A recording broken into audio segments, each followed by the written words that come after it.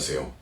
이 박사입니다. 홍콩의 국가안보, 소위 국안법이 발효가 되면서 세계적인 뉴스가 되었습니다. 6월 30일 밤 11시에 발효가 된 것도 유난하거니와 바로 몇 시간 뒤인 7월 1일부터 곧바로 국안법이 적용돼서 사람들을 검거하기 시작한 것도 전 세계 사람들을 긴장되게 만드는 데 충분했습니다. 7월 1일 하루에 370명이 구속이 됐다고 하죠. 그런가 하면 홍콩의 한 시민은 영국으로 탈출하기 위해서 비행기에 올라타기까지 했는데 그 비행기 안까지 홍콩 경찰이 들어와서 체포를 해갔다고 하죠. 완전히 전제정치의 공포 분위기가 조성이 되는 그런 인상이었습니다. 그런데 말입니다. 저에게 홍콩에서 오랫동안 금융권에서 종사하고 계시는 지인이 있어서 그 양반에게 연락을 해서 홍콩의 이것저것을 좀 물어보았습니다. 그분 한 사람이 모든 홍콩 시민의 시각을 대변할 수는 없겠지만 저희가 바깥에서 보는 것과는 좀 시각차가 있다는 것을 느꼈습니다. 예를 들면 홍콩 국안법이 통과된 것에 대해서 홍콩 시민들은 그렇게 동요하지 않고 있다고 하고요. 홍콩의 시위라는 것 매우 한정된 지역에서 한정된 숫자의 사람들이 시위를 하고 있는 것이기 때문에 마치 전체 홍콩이 시위의 아수라장 속에 있는 것 같은 인상을 받는다면 그것은 좀 과도한 것이다. 이렇게 이야기를 하더군요. 370명이 구속됐다고 하지만 국안법에 의해서 구속된 사람은 10여 명 정도라고 합니다. 그리고 홍콩 공항에서 체포된 사람의 경우도 그날 낮에 있었던 시위 중에 주변의 선동과 격앙된 심정을 이기지 못하고 칼로 경찰들에게 상해를 입힌 후에 뒷일이 걱정이 돼서 즉시 홍콩을 떠나서 도망가려고 했던 것입니다. 홍콩 국안법과는 아무 상관없이 평상시에도 이런 일이 일어나면 홍콩 경찰이 출국자들을 조사하고 해당 혐의자를 체포한다는 것이죠. 그래서 저는 몹시 좀 혼란스러워졌습니다. 더군다나 홍콩 국안법의 경우에는 홍콩 바깥에 있는 외국인들, 말하자면 여러분이나 저 같은 사람들, 그 법의 적용 대상이 된다고 하는 그런 이야기도 들었고 이것은 뭔가 오해가 있지 않나 어처구니가 없다 이런 생각을 또 했었습니다. 그렇지만 만일 홍콩 국안법의 적용 대상이 중국이나 홍콩의 영토를 벗어나서 더군다나 중국이나 홍콩 국적이 아닌 사람들에게까지 적용이 된다면 그것은 지나친 일이 아닐 수 없죠. 상식적으로 생각할 수 없는 일입니다. 그래서 저는 가장 정확한 판단을 내릴 수 있는 길은 홍콩 국안법의 조목조목을 살펴보는 것이라고 생각을 했습니다. 그래서 한 조문 한 조문 살펴보았는데요. 이 중에서 여러분들이 꼭 알고 계셨으면 좋겠다고 생각되는 부분들을 좀 추려서 여러분들께 설명을 드리고 행여라도 홍콩 국안법을 고려해야 되는 그런 상황에 처하시게 된다면 꼭 한번 이런 조항들의 내용을 되새기고 올바른 판단과 대응을 하셨으면 합니다. 이 홍콩 국안법의 내용을 보시면 아시겠지만 제가 해설을 하는 행위 그 자체가 자칫 홍콩 국안법에서 적시하고 있는 대상 범죄에 해당된다고 그런 오해를 받을 수 있는 소지가 있기 때문에 먼저 여러분들께 제가 오늘 말씀드리는 이 설명 내용은 홍콩 국안법을 침범하려는 의도가 전혀 없으며 어떠한 저의 설명도 홍콩 국안법을 저촉하는 것으로 그렇게 해석이 돼서는 안 된다는 점을 먼저 말씀드립니다. 여기에 동의하기 어려운 분들은 이 지점에서 시청을 중지해 주셨으면 감사하겠습니다. 그러면 최근 논쟁거리가 되고 있는 홍콩 국안법의 내용 중에서 저희들의 관심을 끄는 주요 조항을 소개하고 설명하도록 하겠습니다. 이 법안의 명칭은 줄여서 홍콩 국안법이라고 부르는데요. 정식 전체 명칭은 중화인민공화국 홍콩특별행정구 국가안전보위법 정도로 해석할 수 있을 것 같습니다. 2020년 6월 30일 밤 11시에 정식으로 발효가 되었죠. 이 법은 66개의 조항으로 구성이 되어 있고 국가분단죄, 정권번복죄, 테러죄, 그리고 외국 또는 역의 세력과의 유착에 의한 국가안전위해죄 이렇게 크게 4가지 카테고리의 범죄를 규정하고 있습니다. 당연한 일일지도 모르지만 친중계 인사들은 이 국안법의 발효를 환영하고 있습니다. 반면 대부분의 중화권 미디어들은 이 법안을 일제히 톱 기사로 다루고 강력하게 비판을 하고 있죠. 서방 세계는 일제히 여기에 대해서 비난하는 성명을 발표를 했는데 영국, 독일, 프랑스 등 주요 유럽 국가들이 모두 들어가 있습니다. 여기에 대해서 중국 정부는 50개가 넘는 국가들이 이 홍콩 국안법을 지지하고 있다고 또 발표를 하기도 했죠. 여기에 대해서 실효성이 있는 대응을 하고 있는 국가들도 있는데 먼저 영국이 1997년 홍콩의 중국 회기 이전에 출생한 홍콩 사람들에 대해서 해외 영국인 여권을 제공하겠다고 했습니다. 여기 적용 대상이 되는 사람 수가 200만이 넘어서 300만에 다다를 수도 있다고 합니다. 홍콩의 전체 인구가 800만 명이 넘는데 이 중에 200만 명에 가까운 숫자가 본토 출신이라고 하기 때문에 200~300만 명에 대해서 여권을 제공한다는 것은 홍콩 사회로서는 굉장히 큰 영향이 있는 일일 것 같습니다. 또 홍콩과 마찬가지로 구연방 국가였던 호주도 영국과 동일한 조치를 할 것을 고려 중이라고 하고요. 가장 세계를 놀라게 한 것은 38조였습니다. 홍콩 특별행정구의 영속적인 주민 신분을 가지지 아니한 자가, 그러니까 홍콩 사람이 아닌 사람, 외국인이 홍콩 특별행정구 이외 지역에서 외국인이 외국에서 홍콩 특별행정구를 대상으로 본 법상의 범죄를 실시하면 본 법의 적용을 받는다. 그러니까 외국인이 외국에서 홍콩과 관련해서 이 국안법에 저촉되는 일을 한다면 바로 이 법의 적용 대상이 된다는 뜻입니다. 이렇게 되면 이론상으로는 미국의 트럼프 대통령도 이 법의 대상이 될 수 있다는 뜻이고 우리 대한민국의 문재인 대통령도 이 법의 대상이 될 수 있다는 그런 의미가 됩니다. 폼페이오 국무부 장관이 비난을 할 만하죠. 왜냐하면 한 국가의 법률적 관할권은 속지주의, 속인주의, 그 나라 국가 안에서는 그 나라 법률을 적용한다든가 그 나라 국민에 대해서는 그 나라 법률을 적용한다는 이런 도리를 따르는 법인데 이 홍콩 국안법의 경우에는 사실상 전 세계에 있는 사람들을 포함하게 됨으로써 심지어 어떤 중화권 미디어는 지구인을 대상으로 한 법률이다. 최초로 세계법을 제정한 국가다라고 비아냥거리기도 했습니다. 이렇게 되면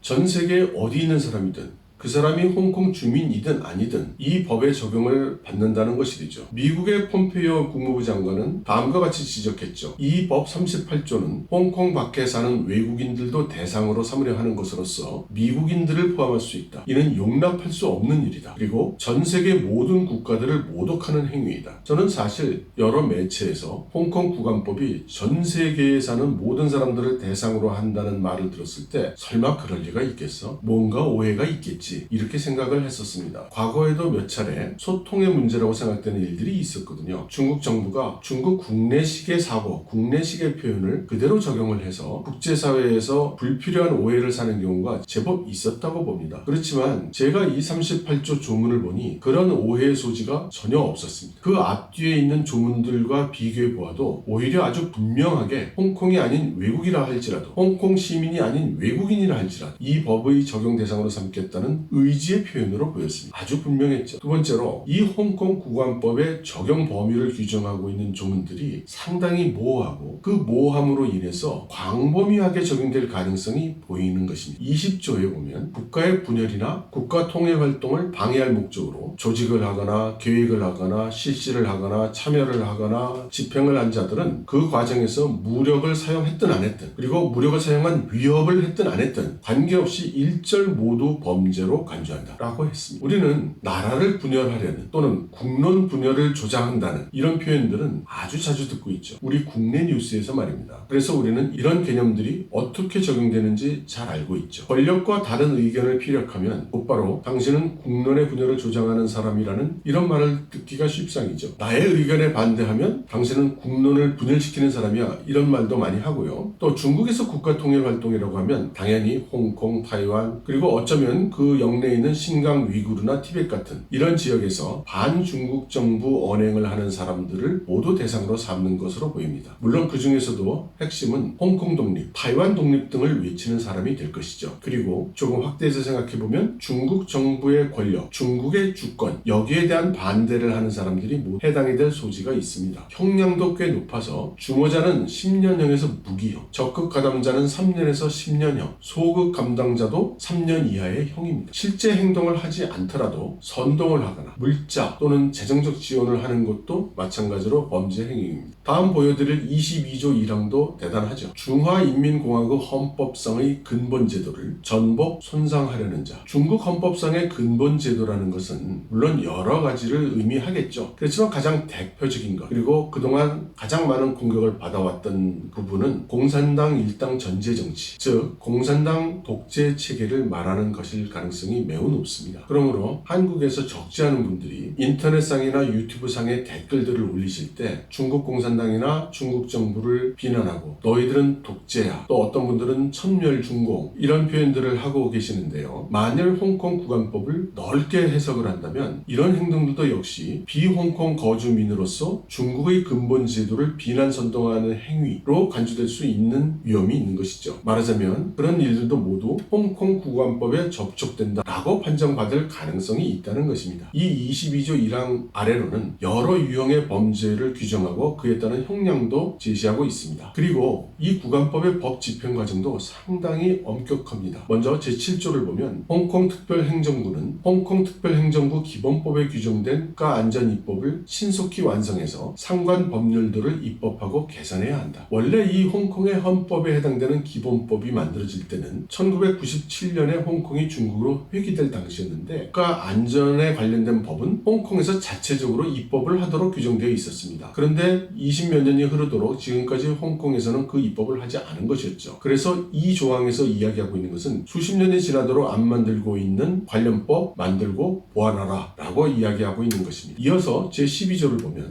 홍콩특별행정구는 국가안전보위위원회를 설립하고 해당 업무를 책임지며 국가안전보위의 주요 책임을 지고 중앙인민정부의 감독과 문책을 받는다라고 했습니다. 그러니까 홍콩 정부의 국가안전보위위원회를 설립해서 운영을 하는데 중앙인민정부, 즉 베이징에 있는 중국 정부, 이 중국 정부의 감독과 문책을 받으라는 것입니다. 이 위원회를 설치하는 목적은 굳이 제가 설명하지 않아도 될 것 같습니다. 그리고 문책이라는 단어가 들어간 것도 상당히 예외적인 현상으로 중국 정부의 입장이 강경하다는 것을 시사하고 있습니다. 제13조 국가안전보위위원회는 행정장관, 그러니까 현재 캐리람 홍콩 수반을 이야기하는 것이죠. 행정장관이 위원장이 되고 위원들은 정무를 담당하는 정무사 사장, 재무를 담당하는 재정사 사장, 법무를 담당하는 율정사 사장, 그리고 보안국 국장, 경찰에 해당되는 경무처 처장, 그리고 이 법 16조에서 규정한 경무처가 안전보위부서 책임자, 그리고 우리나라의 출입국 관리소에 해당이 되는 입경사무처 처장, 관세를 담당하는 해관관장, 행정을 담당하는 행정장관 사무실 주임, 이런 사람들로 이루어진다고 정의를 했습니다. 결국 홍콩 내각이 모두 모인 것에 새로 만들어지는 제16조의 책임자가 한 사람 더 참여한다는 것으로 이해가 됩니다. 이뿐만이 아닙니다. 이 국가안전보위위원회는 또 한 사람이 참여를 하게 되는데 국가안전 업무에 자문, 그러니까 고문을 둔다고 하는 것입니다. 그리고 이 고문은 중앙인민정부, 즉 중국 정부가 파견한다고 합니다. 제15조에는 국가안보보위위원회는 방금 말씀드린 국가안전사무 고문을 두어서 중앙인민정부에서 지명해서 파견을 받고 이 고문이 국가안전보위위원회에 의견을 제공한다라고 했습니다. 그리고 이 국가안전사무 고문이 국가안보위위원회에 참석한다는 것이죠. 그 광경을 한번 생각을 해보면 명분은 고문이니까 무슨 권한은 없을 테지만 본토의 중국 정부에서 임명해서 이 회의에 참석을 해서 여러 가지 의견을 제시할 텐데 과연 홍콩의 내각이 이 의견을 무시할 수 있을까요? 너무 지나친 생각일지는 모르겠지만 또 웃자고 하는 얘기입니다만은 이 고문의 말을 무시하는 그런 위원이 있으면 그렇게 무시하는 행위 자체도 이번 홍콩 구간법의 대상이 될 수 있을 것만 같은 그런 생각도 듭니다. 그리고 여기 갑자기 출연한 새로 만들어진다는 16조의 조직, 이것은 어떤 조직일까요? 제16조를 보면 경무처는 그 경무처 내에 국가안전부서를 설립하고 집법 역량을 부여한다고 되어 있습니다. 홍콩의 경무처는 한국의 경찰에 해당이 되죠. 다시 말해서 경찰 내부에 국가안전부문, 즉 공안부서를 만들어서 여기에 실제 공권력 행사가 가능할 수 있도록 인적 물적 자원을 투입하고 공권력 행사 권한을 부여하라는 말입니다. 그러면 이 부서장은 누가 임명하느냐? 이 법에서는 행정장관이 임명하도록 되어 있기는 하지만 사전에 서면으로 새로 나올 48조 조직의 의견을 들어라 라고 하고 있습니다. 결국 이 공안부서장은 48조의 조직이 결정한다는 것으로 생각이 되는데요. 그러면 이 48조의 조직이라는 건 뭔지 또 찾아보도록 하겠습니다. 제48조를 보면 중앙인민정부, 즉 베이징의 중국 정부는 홍콩의 국가안전보위공서 라는 조직을 설치한다고 되어 있습니다. 정식 명칭은 중앙인민정부 주홍콩특별행정구 국가안전보위공서 정도가 되겠습니다. 그래서 법에 의거해서 국가안전보위 직무를 수행하고 그 관련 권력을 행사한다라고 규정되어 있습니다. 그러니까 이 국가안전보위공사는 홍콩 정부 산하 조직이 아니고 중국 정부의 직속기관인 것이죠. 그래서 조직 측면에서 보면 중국 정부는 홍콩의 직접 직속기관인 공안당국을 설치를 하고 홍콩 정부에는 해당 위원회를 두고 그 위원회는 고문을 두어서 의견을 주고 홍콩 경찰 안에는 공안부서를 신설하되 그 공안부서의 부서장은 사실상 중국 정부가 결정을 해서 전반적으로 통제를 강화하는 그런 방식이 되는 것으로 보입니다. 그리고 홍콩 정부가 중국 정부의 뜻대로 움직이지 않을 가능성도 좀 준비를 하는 것으로 보입니다. 이 법 안에는 재정을 맡고 있는 재무사에게 공안부서에 필요한 예산과 자원은 다 제공해야 한다라고 또 정의를 하고 있습니다. 55조를 보면 엄중한 상황에서는 중국 정부 직속의 국가안전보위공사가 직접적으로 홍콩의 관할권을 행사할 수 있도록 하고 있습니다. 어떤 경우냐? 몇 가지 상황을 적시를 하고 있는데 아무튼 홍콩 정부가 국가안전공서에